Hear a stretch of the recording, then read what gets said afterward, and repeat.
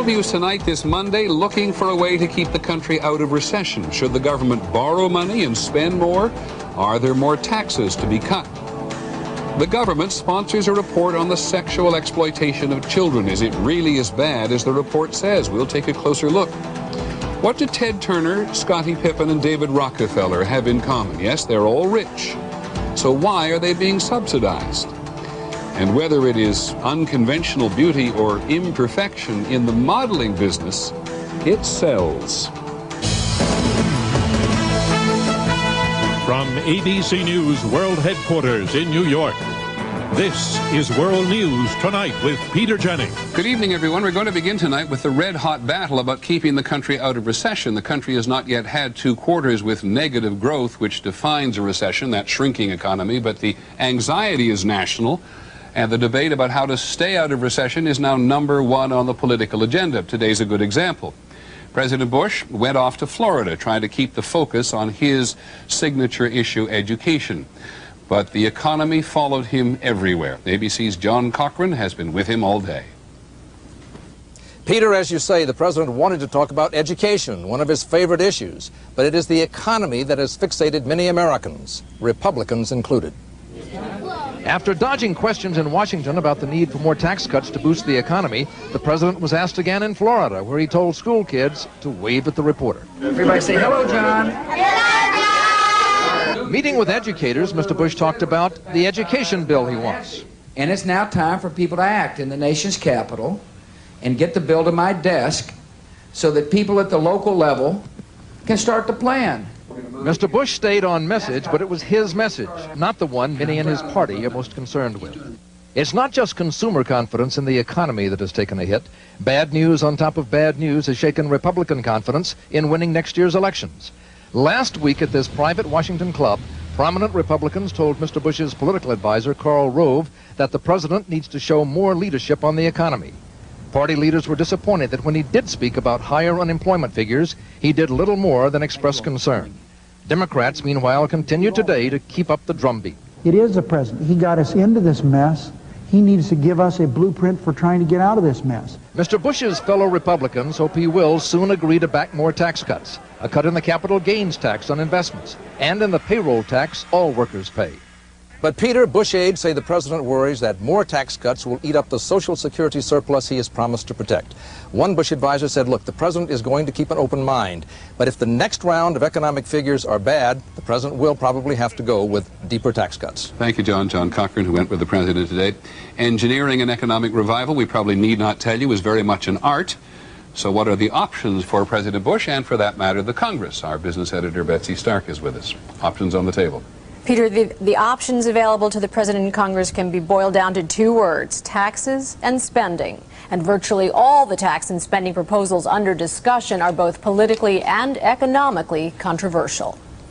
Politicians may be worried that the surplus is evaporating, but some economists say this is no time to worry about the government going into debt. It's well established among economists that when the economy is growing slowly, as it is today, or when you're in a recession, deficit spending is exactly the medicine needed in order to give the economy the boost it needs.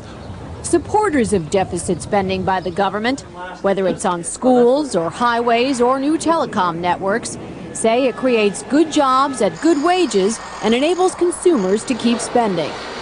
Others say it's the private sector that has to grow for the economy to revive, and the best way to get it going is to cut the capital gains tax, the tax businesses and individuals pay on investment profits. The capital gains tax, if it's reduced, that will encourage individuals to put more money into business, especially into the high-tech businesses that have borne the brunt of this economic slowdown. Republicans favor a cut in the capital gains tax. It will clearly cause a growth in the economy. It always does. They're also discussing a cut in the payroll tax that companies and workers pay to fund Social Security. But even supporters of this idea say it's political hemlock. If you reduce the Social Security payroll tax, you have less money flowing into the Social Security system. And we all know that politicians have made the Social Security Trust Fund sort of a nirvana, that we can't touch that trust fund. Aside from the contentiousness of these ideas, another problem is timing. The economy needs help now, and the political process is often too slow to deliver relief in a timely way. Some say the only real game in town is the Federal Reserve, which has the option to keep lowering interest rates and is expected to do that next month. One more time. Many thanks, Betsy Stark. And a word from the public on the subject.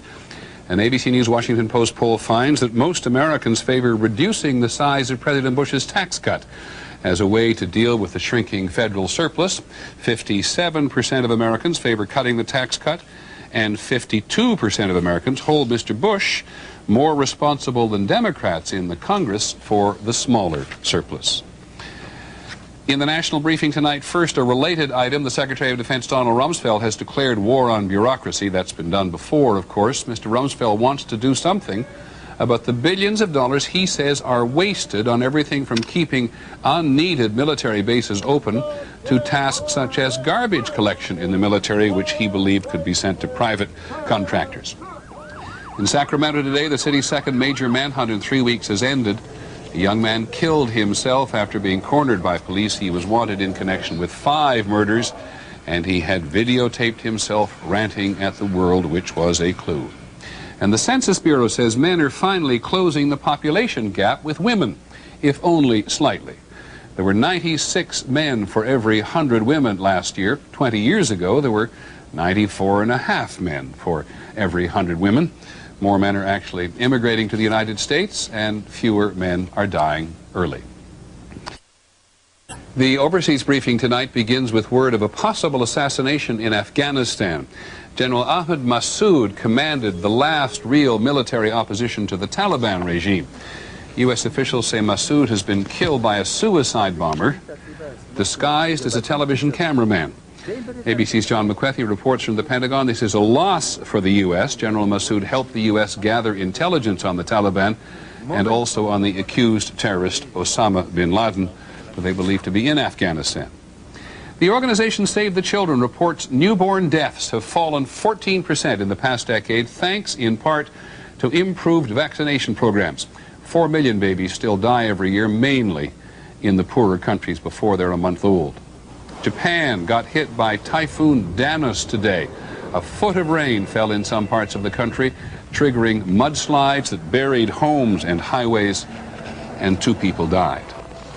And in London, a word from the Queen Mother. She says that reports of her demise are premature and amusing. The mother of Queen Elizabeth II is 101. Delegates from the World Conference on Racism headed home today with a lot of second-guessing about whether more could have been accomplished at their meeting in South Africa. The United States, you'll remember, walked out because it objected to what it believed would be an unfair attack on Israel and Zionism. Secretary of State Powell didn't even attend. ABC's Jackie Judd reports tonight on what many people believe was a lost opportunity for the U.S. The conference delegates worked overtime and finally cobbled together a closing document. A document that describes slavery as a crime against humanity and colonialism as unjust, and acknowledges the role of Western nations in both. The determination of the delegates to succeed for the sake of humanity, for the sake of the millions who are facing racism every day, is what made this conference a success. Many delegates and many critics of the Bush administration felt it would have been more of a success if the U.S. delegation had remained in Durban. The fact that we left, I think, had the unfortunate impact of leaving the impression that the issues of racism and slavery and the history thereof were somehow of lesser importance to the United States. A former UN ambassador and civil rights leader says the U.S., more than any other country, had the moral authority to teach the delegates a few lessons about overcoming racism. Nobody has struggled with the human condition any more or any better than the United States of America. The administration maintains it made the right decision when it walked out because the real issues of racism were overwhelmed by the debate over Zionism. The sad thing is that this conference was hijacked and that it didn't deal with the agenda that it should have. In the end, the document did not equate racism and Zionism. In fact, it expressed alarm about an increase in anti-Semitism. So the U.S. got some of what it wanted, but in the process wound up disappointing, even offending many other nations. Jackie Judd, ABC News, Washington. When we come back this evening, a new report alleges widespread sexual exploitation of American children. We'll take a closer look. Basketball stars, bankers, and billionaires who get government farm aid will be on the money trail tonight. And the very successful models who are not, shall we say, the fairest of them all.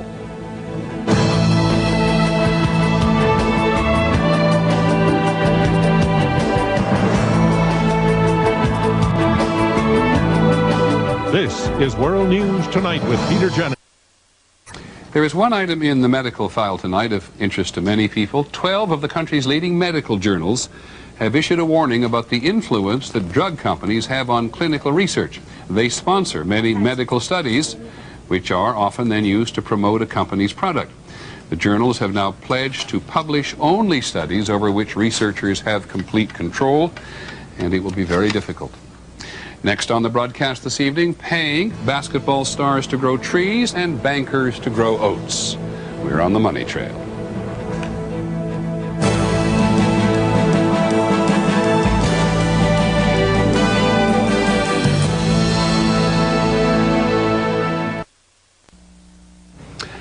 On Capitol Hill this week, the Congress takes up the question of government subsidies to farmers. These subsidies boost the income of people who farm crops such as corn, wheat, rice, cotton, soybean. And 2/3 of the $27 billion in subsidies granted last year went to just 10% of American farm owners. ABC's John Martin is on the money trail and finds some very familiar names. There's a long list of people who received subsidies over the last 5 years. Scottie Pippen, who earns $15 million a year from the Portland Trail Blazers, received $131,000 for growing hardwood trees in his native Arkansas.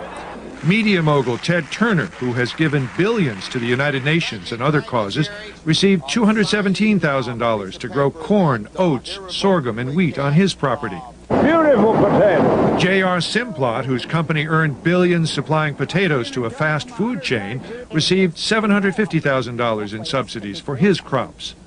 Banker David Rockefeller received $359,000 for growing his crops. And money even goes to subsidize farms owned by members of Congress. In Arkansas, Representative Marion Barry's family received $405,000 over 5 years for corn, oats, rice, sorghum, and wheat. Why is a member of Congress who votes on subsidies getting subsidies? I don't vote to give myself a subsidy. What I do is do the best I can to be sure that the American people have a safe, reliable food supply. Without help, farmers argue, they will fail because of low prices paid at the supermarket by the American consumer.